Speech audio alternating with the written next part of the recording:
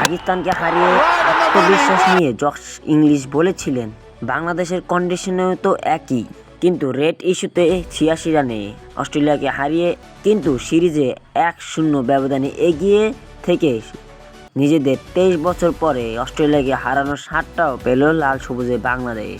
Toss হেরে Bangladesh bat নিয়েই যেন যায় এগিয়ে।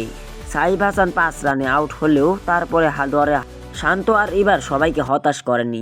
৬৭ রানে ফিরলেও এবার দায়িত্বটি বুঝিয়ে দেন মোসাদ্দেক হোসেন সৈকত ও লিটন দাসের উপর। আর সেখানে মোসাদ্দেক হোসেন সৈকত লিটনকে সাইড করে নিজের সেরাটা দিয়ে পারফরমেন্স করে দলকে জিতালো।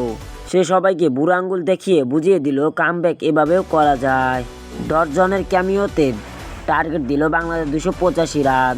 এই পিচে এই রান তাড়া করা বড় কিছু নয় বলেন। সাথে জশ ইংলিশ লাভ হোসেন থাকলে ধারণা ভুল করেই ছাড়লেন তাসকিন আহমেদ। ইনিংসের প্রথম বলেই উইকেট নিয়ে এরপরে বাকি কামগুলো সেরেছেন নাহিদ রানা। গতির ঝড় তুলে পুরো অস্ট্রেলিয়াকে একাই কাঁপিয়ে দিলেন। ম্যাচের টার্নিং পয়েন্ট বলতে নাহিদ রানার ওই ৩ উইকেটকেই বোঝায়। জশ ইংলিশের পর ক্যামেরন গ্রিনকে ফিরায় নাহিদ রানা।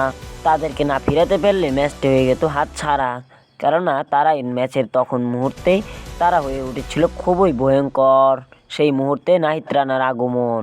৪ বছর পর মোসাদ্দেক হোসেন সৈকত দলে যুক্ত হয়ে একাই কাঁপিয়ে দিল পুরো অস্ট্রেলিয়াকে। এক মেডেল সহকারে ৩৬ রান দিয়ে পুরো দলের জিতানোর অবদানও আছে তার সাথে তার ব্যাটের যে দারুণ একটি ছন্দ দেখিয়ে সে পুরো অস্ট্রেলিয়ার সাথে একাই লড়ে গেল।